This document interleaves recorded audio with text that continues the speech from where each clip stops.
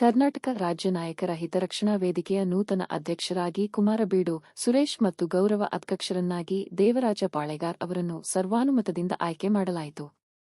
ಮೈಸೂರಿನ ಜಲದರ್ಶಿನಿ ಅತಿಥಿ ಗೃಹದಲ್ಲಿ ಸೋಮವಾರ ನಡೆದ ಕಾರ್ಯಕಾರಿ ಸಮಿತಿ ಸಭೆಯ ಅಧ್ಯಕ್ಷರು ಮತ್ತು ಕರ್ನಾಟಕ ರಾಜ್ಯ ನಾಯಕರ ಹಿತರಕ್ಷಣಾ ವೇದಿಕೆ ಅಧ್ಯಕ್ಷರೂ ಆದ ದ್ಯಾವಪ್ಪ ನಾಯಕ ಅವರು ನೂತನ ಅಧ್ಯಕ್ಷರನ್ನಾಗಿ ಸುರೇಶ್ ಕುಮಾರಬೀಡು ಮತ್ತು ಗೌರವ ಅಧ್ಯಕ್ಷರನ್ನಾಗಿ ದೇವರಾಜ ಪಾಳೆಗಾರ್ ಅವರ ಹೆಸರನ್ನು ಘೋಷಿಸಿದರು. ಇದೇ ವೇಳೆ ಜಿಡಿ ಪುಟ್ಟರಾಜು ಅವರನ್ನು ರಾಜ್ಯ ಉಪಾಧ್ಯಕ್ಷರನ್ನಾಗಿ ಮತ್ತು ಮಂಜುನಾಥ್ ಅವರನ್ನು ರಾಜ್ಯ ಗೌರವ ಸಲಹೆಗಾರರನ್ನಾಗಿ ಘೋಷಣೆ ಮಾಡಲಾಯಿತು.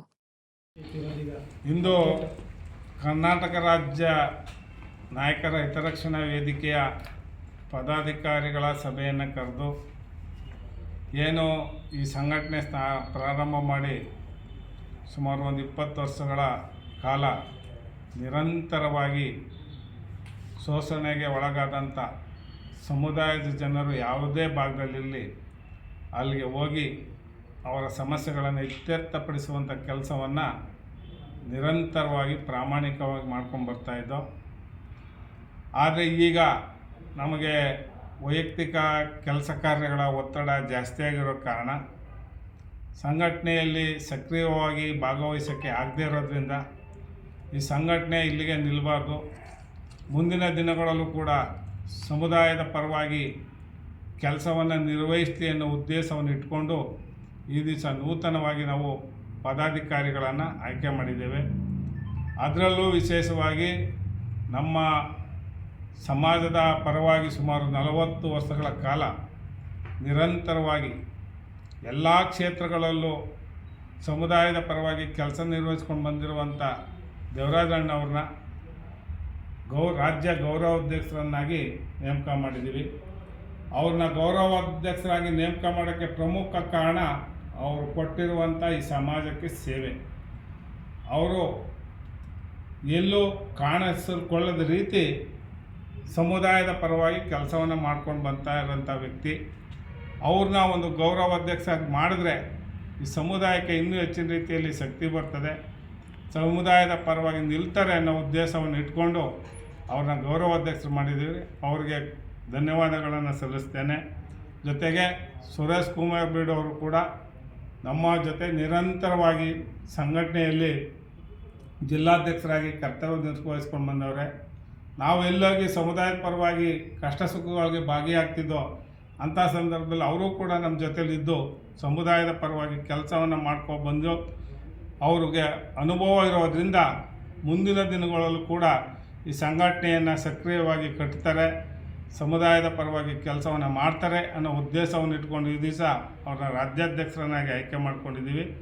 ಆದ್ದರಿಂದ ನಮ್ಮ ಸಂಘಟನೆಯ ರಾಜ್ಯಾಧ್ಯಕ್ಷರು ಹಾಗೂ ಗೌರವಾಧ್ಯಕ್ಷರು ಮುಂದಿನ ದಿನಗಳಲ್ಲಿ ಎಲ್ಲ ಜಿಲ್ಲಾ ಮಟ್ಟದ ಮತ್ತು ರಾಜ್ಯ ಮಟ್ಟದ ಪದಾಧಿಕಾರಿಗಳನ್ನು ಸಂಘಕ್ಕೆ ಆಯ್ಕೆ ಮಾಡಿಕೊಂಡು ಸಂಘವನ್ನು ಒಂದು ಸದೃಢ ಸಂಘಟನೆಯಾಗಿ ಮಾಡುವ ಮೂಲಕ ಏನು ಸಮುದಾಯದ ಜನರಿಗೆ ಗ್ರಾಮಾಂತರ ಪ್ರದೇಶದಲ್ಲಿ ಸಮಸ್ಯೆ ಆದಂಥ ಸಂದರ್ಭದಲ್ಲಿ ಅಲ್ಲಿಗೆ ಭೇಟಿ ನೀಡಿ ಅವರ ಸಮಸ್ಯೆಯನ್ನು ಇತ್ಯರ್ಥಪಡಿಸವನ್ನು ಮಾಡುವ ಮೂಲಕ ಈ ಸಂಘಟನೆಯನ್ನು ಕಟ್ಟಬೇಕು ಅನ್ನೋ ಆಲೋಚನೆಯನ್ನು ಇಟ್ಕೊಂಡು ಅವ್ರಿಗೆ ನೇಮಕ ಮಾಡಿದ್ದೀರಿ. ಅವರು ಖಂಡಿತವಾಗಿ ಈ ಸಂಘಟನೆಯನ್ನು ಮುನ್ನಡೆಸ್ತಾರೆ, ಸಮುದಾಯದ ಪರವಾಗಿ ನಿಲ್ತಾರೆ ಅನ್ನೋ ಮನೋಭಾವ ಇದೆ. ಆ ಕೆಲಸವನ್ನು ಅವರು ಮಾಡಲಿ ಅಂತ ಆಶಿಸಿ ನನ್ನ ಮಾತು ಮುಗಿಸ್ತೇನೆ. ಜೈ ವಾಲ್ಮೀಕಿ. ಎಲ್ರಿಗೂ ನಮಸ್ಕಾರ. ಕರ್ನಾಟಕ ರಾಜ್ಯ ಹಿತರಕ್ಷಣಾ ವೇದಿಕೆಯ ಗೌರವಾಧ್ಯಕ್ಷರನ್ನಾಗಿ ನಮ್ಮ ಎಲ್ಲ ಪದಾಧಿಕಾರಿಗಳು ಆಯ್ಕೆ ಮಾಡಿದ್ದಾರೆ. ಅವರಿಗೆ ನಾನು ನಮಸ್ಕರಿಸ್ತಾ, ಈ ಒಂದು ಸುಸಂದರ್ಭದಲ್ಲಿ ನಮ್ಮ ಮಂಜುನಾಥ್ ಅವರಿದ್ದಾರೆ, ಈ ಕಡೆ ನಮ್ಮ ಎಕ್ಸ್ ಪ್ರೆಸಿಡೆಂಟ್ ದ್ಯಾವಪ್ಪ ನಾಯಕರಿದ್ದಾರೆ, ಹಾಗೂ ಇನ್ನು ಮತ್ತು ಗೆಳೆಯರೆಲ್ಲ ಇದ್ದಾರೆ. ಈ ಒಂದು ಸುಸಂದರ್ಭದಲ್ಲಿ ನಾವೊಂದು ಮಾತು ಹೇಳಲಿಕ್ಕೆ ಇಷ್ಟಪಡ್ತೀನಿ. ಈ ನಮ್ಮಲ್ಲಿ ಎಲ್ಲ ಕಾಯಕ ಸಮಾಜಗಳಿಂದ ಕಾಯಕ ಸಮಾಜಗಳ ಒಂದು ಅಭಿವೃದ್ಧಿ ಆಗಬೇಕು ಅಂದರೆ ನಮ್ಮ ಇಂಡಸ್ಟ್ರಿ ಸೆಕ್ಟರಲ್ಲಿ ತರಬೇತಿಗಳು, ಅವರಿಗೆ ಒಂದು ಮಾರ್ಗದರ್ಶನವಂತ ಕೊಡಿಸುವಂಥ ಕೆಲಸವನ್ನು ಮತ್ತು ಕಷ್ಟ ಸುಖಗಳನ್ನು ಬಗೆಹರಿಸುವಂಥದ್ದನ್ನು ನಾವು ಪ್ರಯತ್ನ ಮಾಡಬೇಕು. ಈ ಒಂದು ಸಂದರ್ಭದಲ್ಲಿ ಗೌರವ ಅಧ್ಯಕ್ಷನಾಗಿ ನಮ್ಮ ರಾಜ್ಯಾಧ್ಯಕ್ಷರಾದಂತಹ ಸುರೇಶ್ ಅವರಿಗೆ ಸಂಪೂರ್ಣ ಬೆಂಬಲವನ್ನು ಕೊಟ್ಟು ಮಾರ್ಗದರ್ಶನವನ್ನು ಕೊಟ್ಟು ಮಂಜು ಅವ್ರನ್ನೂ ಸಹ ನಾವು ಬಳಸ್ಕೊಂಡು ದೇವಪ್ಪನವ್ರನ್ನೂ ಬಳಸ್ಕೊಂಡು ಮತ್ತು ಇನ್ನೂ ಕಾಯಕ ಸಮಾಜಗಳು ನಮ್ಮ ಜೊತೆಲಿದ್ದಾರೆ, ಅವರನ್ನು ಜೊತೆಯಲ್ಲಿ ಕರ್ಕೊಂಡು ಹೋಗುವಂತಹ ಒಂದು ವ್ಯವಸ್ಥೆಗೆ ನಾವು ಈ ಒಂದು ಹಿತರಕ್ಷಣಾ ವೇದಿಕೆಯಲ್ಲಿ ನಾವು ಕಾರ್ಯನಿರ್ವಹಿಸಬೇಕು ಅಂತ ಒಂದು ಯೋಜನೆಯನ್ನು ಹಾಕೊಂಡಿದ್ದೀವಿ. ನಿಮ್ಮೆಲ್ಲ ಸಂಪೂರ್ಣ ಬೆಂಬಲ ನಮಗಿದೆ ಅಂತ ನಾವು ಭಾವಿಸಿ ಈ ಒಂದು ಸಂದರ್ಭದಲ್ಲಿ ನಮ್ಮ ಒಂದು 2 ಮಾತುಗಳನ್ನು ತಮ್ಮ ಮುಂದೆ ಇಡಲಿಕ್ಕೆ ನಾನು ಇಷ್ಟಪಡ್ತೀನಿ. ಧನ್ಯವಾದಗಳು. ಅಂತೇಳಿ ಏನಿವತ್ತು ಕರ್ನಾಟಕ ರಾಜ್ಯ ನಾಯಕರ ಹಿತರಕ್ಷಣಾ ವೇದಿಕೆಯ ಒಂದು ಸಭೆಯನ್ನು ಕರೆದಿದ್ದು, ಅದರಲ್ಲಿ ಪದಾಧಿಕಾರಿಗಳನ್ನಾಗಿ ಗೌರವಾಧ್ಯಕ್ಷರನ್ನಾಗಿ ನನ್ನ ಬಲಭಾಗದಲ್ಲಿರುವಂತಹ ದೇವರಾಜಣ್ಣವ್ರನ್ನ ನೇಮಕ ಮಾಡಿದ್ದಾರೆ. ಮತ್ತು ನನ್ನ ಎಡಭಾಗದಲ್ಲಿರುವಂತಹ ಸುರೇಶ್ ಕುಮಾರ್ ಬೀಡು ಅವರನ್ನು ರಾಜ್ಯಾಧ್ಯಕ್ಷರನ್ನಾಗಿ ಆಯ್ಕೆಯನ್ನು ಮಾಡಿ ಇವತ್ತು ಅವರಿಗೆ ಸನ್ಮಾನನೂ ಕೂಡ ಮಾಡಿದ್ದಾರೆ. ಇದ್ರ ಉದ್ದೇಶ ಏನಂತ ಹೇಳಿದ್ರೆ, ಈ ಹಿಂದೆ ಇದ್ದಂಥ ಅಧ್ಯಕ್ಷರುಗಳು ನಡೆಸ್ಕೊಂಡು ಬಂದಂಥ 20-26 ವರ್ಷದ ಸತತವಾದ ಹೋರಾಟದಲ್ಲಿ ಅವರಿಗೂ ಬೇರೆ ಬೇರೆ ಸಂಘಟನೆಗಳು ಬೇರೆ ಬೇರೆ ಒತ್ತಡಗಳಿಂದ ಅವರು ವರ್ಗಾವಣೆಯನ್ನು ಮಾಡಿ ಹೊಸ ಮುಖಗಳು ಬಂದರೆ ಹೊಸ ಥರದ ಚಿಂತನೆಗಳಿರುತ್ತೆ ಅಂತ ಹೇಳಿ ಸುರೇಶ್ ಅವ್ರನ್ನ ರಾಜ್ಯಾಧ್ಯಕ್ಷರನ್ನಾಗಿ ಮಾಡಿದ್ದಾರೆ.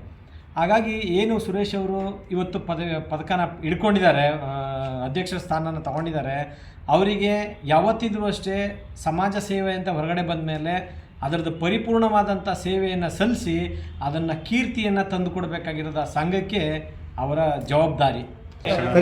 ಕರ್ನಾಟಕ ರಾಜ್ಯ ಹಿತರಕ್ಷಣಾ ವೇದಿಕೆಯ ಪದಾಧಿಕಾರಿಗಳು ಆಯ್ಕೆ ಮಾಡೋದ್ರಿಂದ ಮೊದಲನಾಗಿ ಏನು ಹೇಳಬೇಕು ಅಂತಂದರೆ, ನಮ್ಮ ದೇವಪ್ಪ ನಾಯಕರಿಗೆ ಫಸ್ಟಾಗಿ ಅಭಿನಂದನೆ ಹೇಳಬೇಕು ಅಂತ ಆಸೆಪಡ್ತೀನಿ. ಯಾಕಂದರೆ 15 ವರ್ಷ 20 ವರ್ಷ ಈ ಸಂಘಟನೆ ನಡೆಸ್ಕೊಂಡು ಯಾವುದೇ ಸಮಾಜಕ್ಕೆ ಏನೇ ನೋವಾದರೂ ಮುಂಚೂಣಿಲಿದ್ದು ನಾನು ಇದ್ದೀನಿ, ನಮ್ಮ ಸಂಘಟನೆಗೆ ಜನ ಇದ್ದಾರೆ, ನಮ್ಮ ಕಾರ್ಯಕರ್ತರು ಇದ್ದಾರೆ ಅಂದ್ಬಿಟ್ಟು ಇಷ್ಟು ವರ್ಷ ನಡೆಸ್ಕೊಬಂದು ಇವತ್ತು ನಾನು ಬೇರೆ ಸಂಘಟನೆಯಲ್ಲಿದ್ದೀನಿ. ಈ ಸಂಘಟನೆ ನೀವು ಮುನ್ನಡೆಸ್ಕೊಂಡು ಹೋಗಿ ನಿಮ್ಮ ಪದಾಧಿಕಾರಿಗಳು ಅಂತ ಹೇಳಿ ಈ ಜವಾಬ್ದಾರಿ ನಮ್ಗೆ ವಹಿಸಿ ಮಾಡೋರೆ. ಈ ಜವಾಬ್ದಾರಿನ ಅವ್ರು ಯಾವತ್ತೂ ಧಕ್ಕೆ ಬರದಂಗೆ, ಯಾವತ್ತೂ ನಮ್ಮ ಇದರಿಂದ ಯಾವುದೇ ಥರ ಸಮಸ್ಯೆ ಬರದಂಗೆ ಇದನ್ನು ಮುಂದಿನ ದಿನದಲ್ಲಿ ನಡ್ಸ್ಕೊಂಡು ಹೋಗ್ತೀವಿ ಅಂತ ಹೇಳ್ತಾ, ಮೇನ ನಮ್ಮ ಮಂಜಣ್ಣವರಿದ್ದಾರೆ, ನಮ್ಮ ಗೌರವಾಧ್ಯಕ್ಷರಾದಂಥ ಇವರು ದೇವರಣ್ಣಿದ್ದಾರೆ, ನಮ್ಮ ಸಮಾಜದ ಇವರಿದ್ದಾರೆ, ಎಲ್ಲ ಒಂಚೂಣಿಯಾಗಿದ್ದು ರಮೇಶ್ ಅಣ್ಣವರಿದ್ದಾರೆ, ಎಲ್ಲರೂ ಒಂಚೂಣಿಯಾಗಿ ಈ ನಡ್ಸ್ಕೊ ಹೋಗ್ತೀವಿ ಅಂತ ಹೇಳ್ತಾ ನಾನು ಮಾತು ಮುಗಿಸ್ತೀನಿ. ಅವ್ರು ಮಾತಾಡ್ತಾರೆ.